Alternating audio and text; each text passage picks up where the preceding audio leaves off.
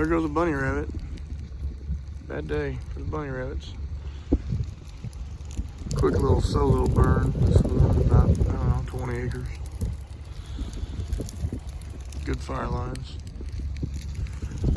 So,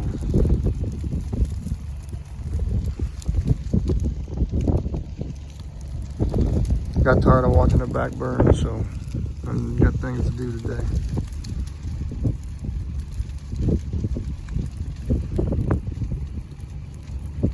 I'll take the backpack blower and go down that 2-track, make sure nothing gets across it.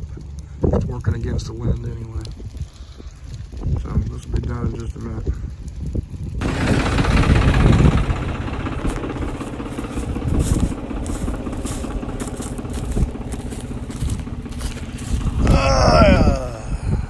I know that thing.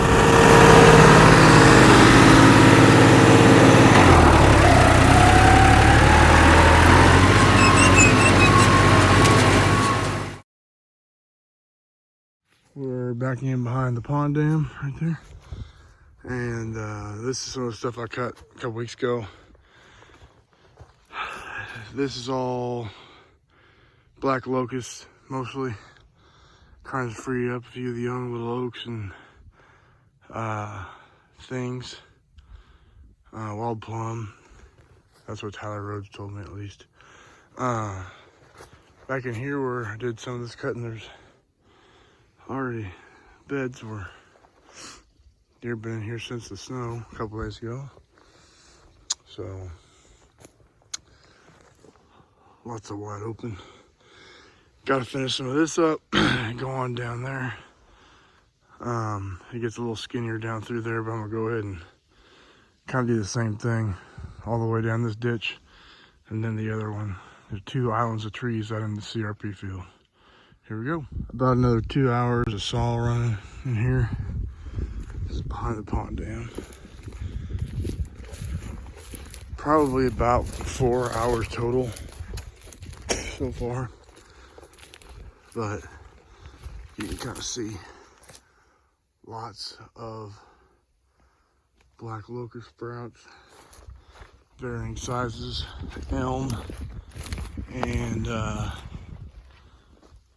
yeah, and some hackberry.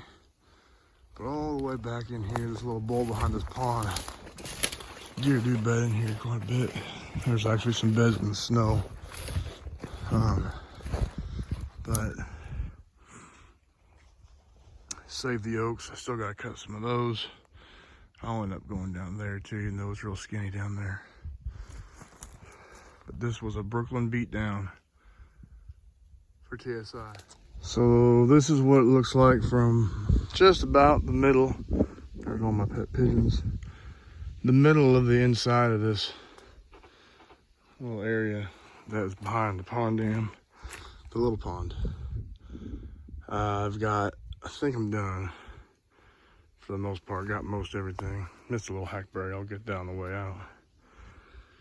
But there was hackberry, elm, black locust, and a few honey locusts in here. And this is just a little, I don't know, maybe acre and a half spot here. But this will explode. I cut down, I don't know. It doesn't even look like there was any trees here. That was all nasty black locust. I cut down a bunch of trees. High stem count. Here's an old deer trail. Pew, pew, pew, pew, pew, pew. All the way down through there. All the way up and down this edge. Some of the bigger trees that weren't safe, for obvious reasons, I girdled and treated. But this is actually where Heather's buck that she shot late season come out of. And it should be even better betting the next few years here. There's some multiple rows in here. I'll probably need to come in and try and hit with backpack sprayer this spring, but check this one off the list. Taking a quick break. A little different scenario. On the south end of this draw, behind the pond. Mostly oak, a few elm and hackberry, but there's a lot of oak right down through this, from that cedar tree down about another 60, 80 yards to the end of the draw, 80, 100 yards probably. But what I'm doing now is trimming out the next generation of inferior like this oaks. So, not that I'm super worried about timber value, obviously, because this is a tiny ditch and it's pin oak, but get some more regen here. Sunlight. Pow, pow, pow, pow. Sunlight. Sunlight. Here's the pond. That's the little gap I carved in. You almost probably won't recognize this once I get going here. So there's the actual pond dam. And this is all the black locust, high stem count that was along that edge.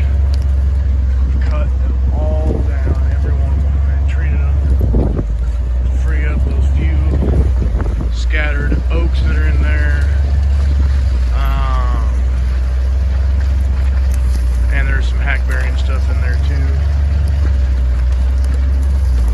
All this, cut it all down, treated it all.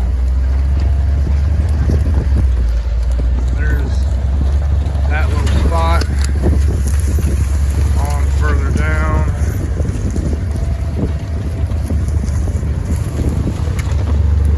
This is where there was a few more oaks, but I went ahead and did a little TSI to those oaks as well. Freed some of them up to get some more right down in here, really right here. There's some hackberry in here and stuff. I went through and chopped a bunch of those down and out, treated, dropped a couple out here to kind of thin those out. Some of those are still standing, but they're girdled, to kind of free up some of those inferior, same generation trees. That one,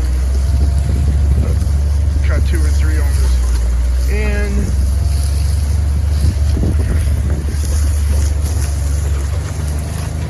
And I cut a few over here on the edge. I really couldn't cut that many at a time, but I wanted to see how it did the first year, and then maybe I'll cut some more. So, yep. It's always nice to have a reflector post thing when you need one, to remind yourself not to drive off in this giant hole. Or anybody. This is over on the other side of the draw. There's the food plot, of course. This will be on the southmost. A lot of black locust. Crap. A lot of hackberry. Can't see a lot of those. They're too big to file. I girdled a lot of them. Probably just gonna leave these hang out in the CRP. I'm not even gonna push them in. A lot of those, yeah, like I said, a lot of those were too big to fell, and they were gonna get hung up. Like that one right there. You see that girdled a lot of those. Fell a couple out here on the edge. That's where I found that shed, right behind that cedar. Actually, it was behind this cedar down here. But, and then see those, there's a locust there. I girdled a lot of those. So that'll free up a ton of canopy and just inside that little draw. I'm gonna do the other side too, but I just ran out of, well, I really was just kind of tired. So, yep.